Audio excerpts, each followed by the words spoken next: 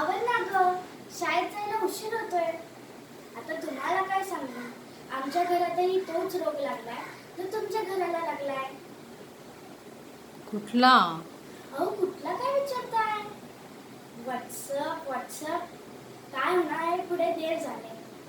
सकाळी उठल्यापासून ते रात्री झोपेपर्यंत, म्हणजेच अगदी दोन्ही डोळे जबरदस्तीने बंद होईपर्यंत या रोगाचा संसर्ग चालू असतो.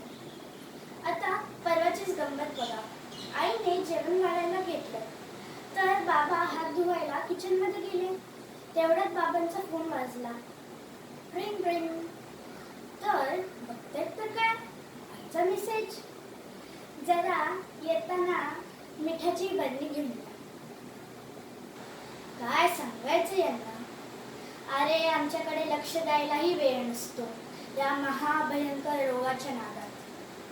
बरं, आम्ही कधी गेम खेळायला मोबाईल मागितला तर असे जसे की आम्ही बोर्डाच्या एक्झामलाच बसणार आहोत असे वागतात.